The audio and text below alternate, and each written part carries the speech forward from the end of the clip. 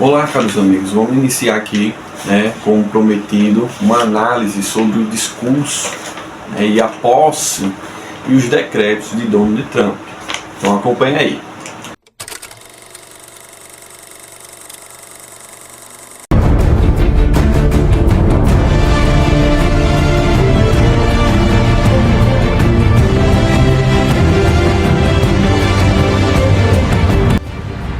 Então, gente, eu separo aqui alguns pontos dos discursos e também da posse e dos decretos de Donald Trump, tá? Para a gente fazer aqui uma análise, que é muito importante.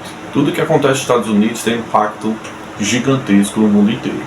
Então, a primeira parte que eu separei aqui foi uma frase que ele usou bastante na sua campanha, que ele fala o seguinte, a frase é essa, preste atenção: fui salvo para fazer a América grande novamente.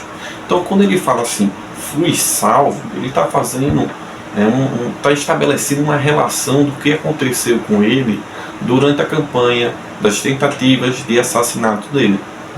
Se eu não estou enganado, foi mais de 2 vezes que tentaram contra a vida dele, mas ele acabou saindo ileso, praticamente em todas delas, e vivo. Então ele falou o seguinte: apesar do que aconteceu comigo, não era para eu estar aqui, então se eu estou aqui é porque tem um objetivo, tem um objetivo maior que me faz ficar vivo para poder transformar a América no que ela era antes, grande, forte, poderoso, Então ele usa meio um discurso Messias, o escolhido, o predestinado, tá? É uma coisa muito interessante de se analisar aí. Um outro ponto importante, ele fala sobre a imigração, tá?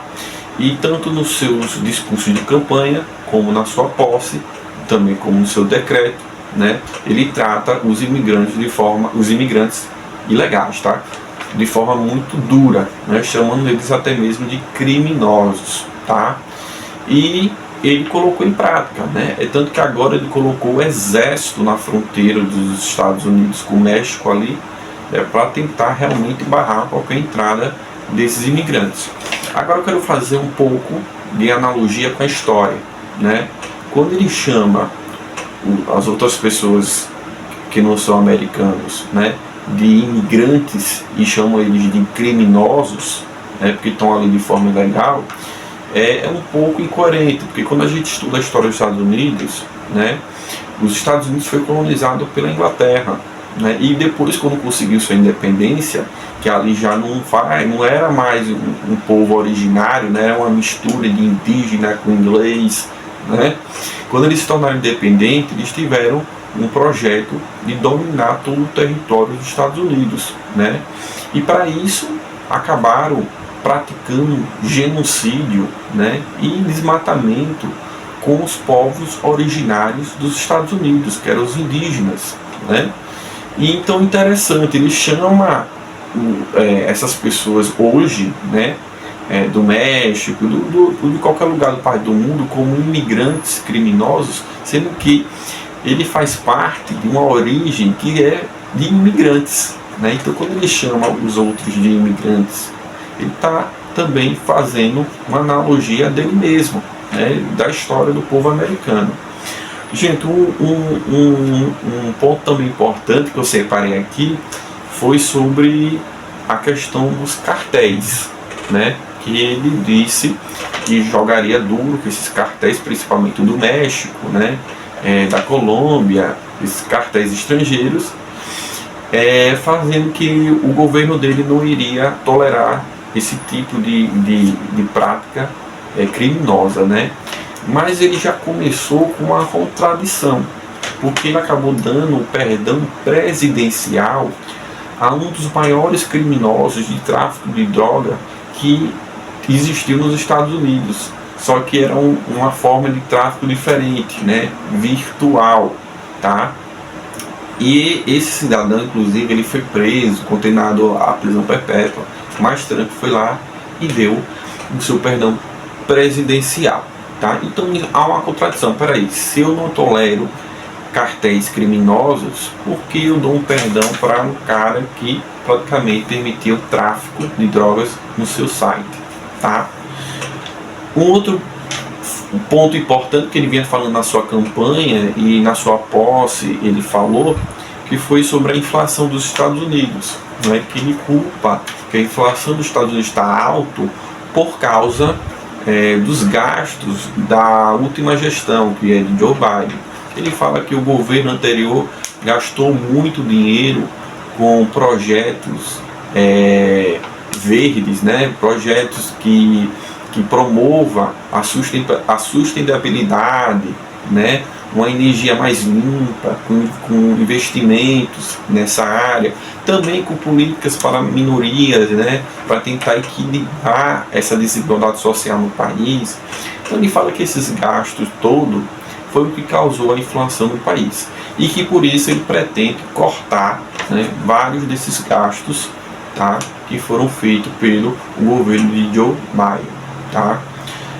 Outra coisa interessante que eu coloquei aqui para a gente falar, tá, é que ele retirou os Estados Unidos do clima de Paris, tá? Que é um bloco onde vários países se juntam, né, para debater medidas para diminuir a poluição no mundo, né, e ele aí se retirou.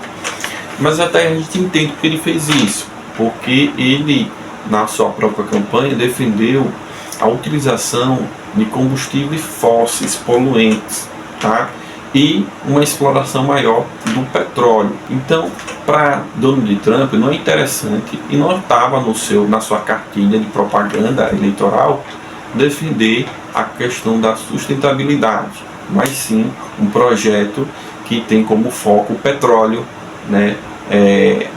As empresas automobilísticas de combustível fóssil. Então está defendendo, está colocando em prática aquilo que ele já vinha falando, defendendo esse grupo poderoso, né, que envolve o petróleo. Outra coisa interessante é que ele vai entrar um pouco em choque, esse discurso dele, com o Elon Musk, né, quando ele fala assim, ó, não vamos mais investir em carros elétricos, em carros sustentáveis. Ele, querendo ou não, está prejudicando um negócio do Elon Musk, os seus carros elétricos, né, super inteligentes. Então aí eu acho que a gente já começa a enxergar aí um probleminha dentro do governo, né, porque as ideias não estão se batendo aí. Uma outra coisa que eu coloquei aqui que foi importante, que ele falou tanto na sua campanha como na sua posse, que iria pegar a Groenlândia, tá? Gente, a Groenlândia pertence à Dinamarca, e a Dinamarca pertence ao bloco militar da OTAN, aonde os Estados Unidos fazem parte. Então, no momento que Donald Trump fala que vai pegar a Groenlândia, ele está entrando em um combate direto com um membro da OTAN, que é a Dinamarca. Como é que vai ficar essa situação, né? Vamos ver.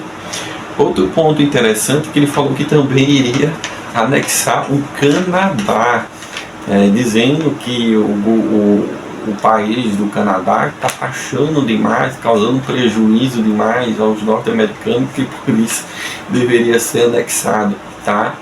Então, já teve resposta de autoridades, tanto no Senado, no Congresso, do próprio presidente do Canadá, rechaçando essa ideia, né? E que vamos ver como é que vai ficar essa relação aí, tá? O outro ponto interessante é que ele também falou que iria tomar de volta o canal do Panamá, né? Esse canal pertence ao país do Panamá. Claro, quem construiu esse canal foi os Estados Unidos, certo? Ficou sob sua posse por um tempo e depois eles devolveram à administração do país do Panamá, tá? Mas agora o Trump dizendo, alegando que devido às taxas abusivas que são cobradas pela travessia desse canal, ele disse que seria uma alternativa a tomar esse canal, nem que seja a força, pelos Estados Unidos. Então isso aí é uma coisa que a gente deve ficar bastante útil. Isso pode gerar um conflito muito grande. Então estamos falando de Dinamarca, estamos falando do Canadá e estamos falando do Panamá, tá? Uma ameaça gravíssima à soberania desses 3 países. Outra coisa interessante, que agora já é uma coisa mais voltada ao imigrante e à população dos Estados Unidos, que é que ele vai acabar com, ele já assinou até o decreto, né, que vai acabar com a cidadania por nascença. Então, por exemplo, um imigrante, ele vai para os Estados Unidos, acaba tendo um filho nos Estados Unidos, tem alta chance de essa criança já nascer um cidadão norte-americano. Só com esse decreto não será mais permitido isso, tá? E isso vai afetar bastante para quem tem interesse de ter uma vida, né, nos Estados Unidos. Outra coisa interessante também é que ele disse que vai fechar programas de diversidade e inclusão, né, que foi criado pelo governo Joe Biden. Para vocês que não entendem o que é essa medida, esse projeto, era o seguinte, né, é tentar equilibrar, pelo menos na parte governamental federal, que um local de trabalho tivesse um equilíbrio entre negros, brancos, né, pessoas LGBT, tentar equilibrar isso, porque quando a gente estuda a história não só dos Estados Unidos, mas também da Europa, da América, a gente percebe que devido à escravidão, né, acabou proporcionando uma vantagem maior ao longo dos anos dos brancos terem, né, uma vida melhor, né, mais chance, mais oportunidade do que, né, os negros, pela sua herança de escravidão, e aí esse processo, né, que acaba dando mais vantagem às pessoas que são brancas do que pretas. Então, esse programa de Joe Biden tentar compensar, né, essas mazelas da nossa sociedade devido à escravidão que aconteceu, tá? Não só da questão racial, mas também das minorias, né, da questão de gênero. Outra coisa interessante aqui também foi sobre o TikTok, né, que ele acabou assinando um decreto que adiou a proibição do TikTok, que já era uma coisa que já estava sentenciada no Supremo Tribunal dos Estados Unidos, para dando um prazo de 75 dias para se resolver essa questão do TikTok, tá? Já era um pouco esperado isso, porque o Donald Trump defende uma maior liberdade nas redes sociais, né? E o que o TikTok estava sendo julgado pela Suprema Corte de ter que fechar ou entregar a sua empresa para um empresário norte-americano. Então, para não entrar muito em contradição no seu discurso, né, de falar da liberdade das redes sociais, ele acabando segurou aí, né, 75 dias para ver como é que ele vai resolver. Uma outra coisa interessante aqui também, né, é a questão da liberdade total das redes sociais, tá?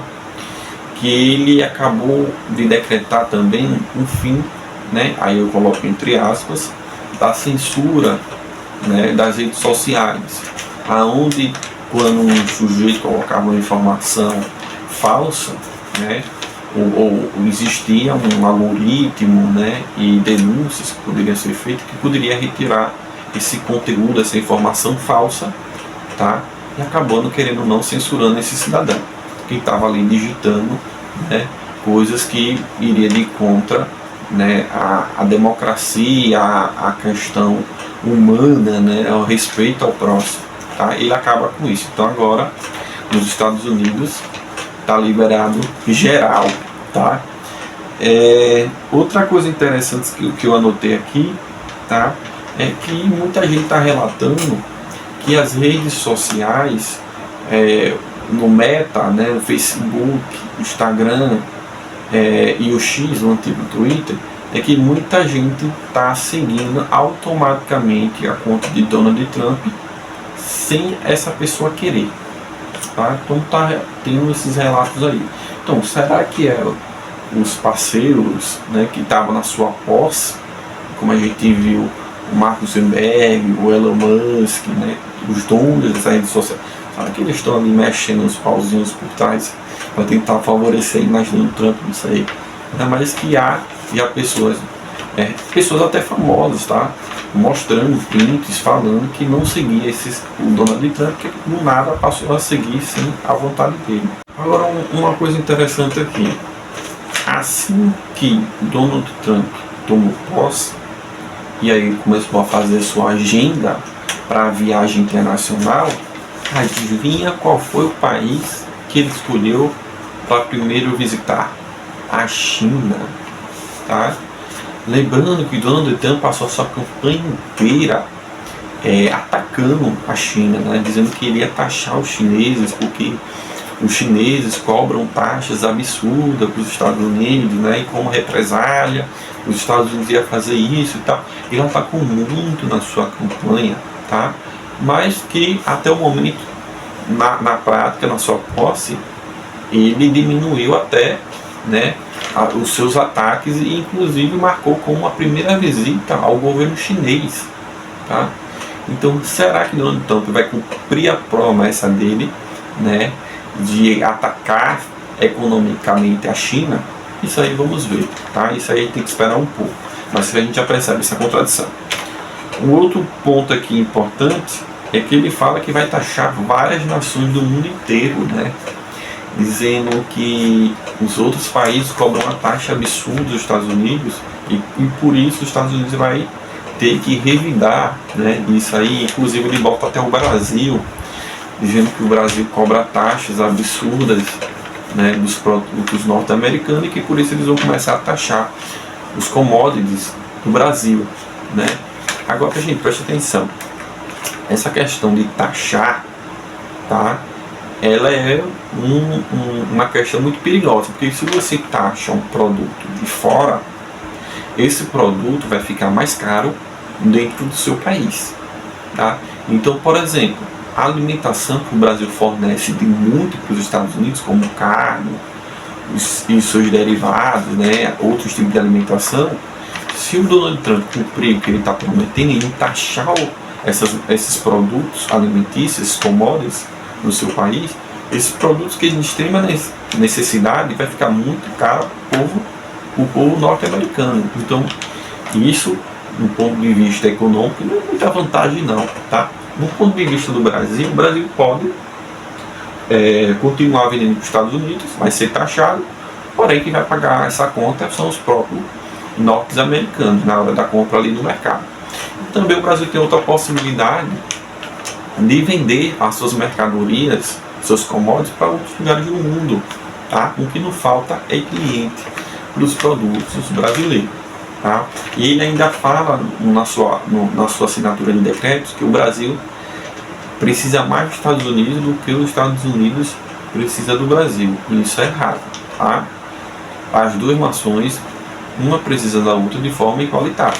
Não existe ninguém aí precisando mais do que o outro, tá? Outra coisa que eu separei aqui, que achei interessante, que ele fala sobre a Venezuela, tá? Que ele fala até pouco sobre a Venezuela, tá? Comparado ao que ele falou do Canadá, da Groenlândia, do Panamá, ele fala até pouco da Venezuela. Mas ficou marcado essa semana uma frase que ele falou, que o Maduro deveria ter o mesmo destino que o Bashar al-Assad da Síria, tá? Para quem não sabe sobre quem é Bashar al-Assad, ele é o presidente da Síria e foi deposto há pouco tempo por rebeldes apoiados pela Turquia e, convenhamos aqui também, quem é um deles, os Estados Unidos da Europa, tá? Mas o que fica marcado aqui é que ele não fala muito sobre a Venezuela, tá?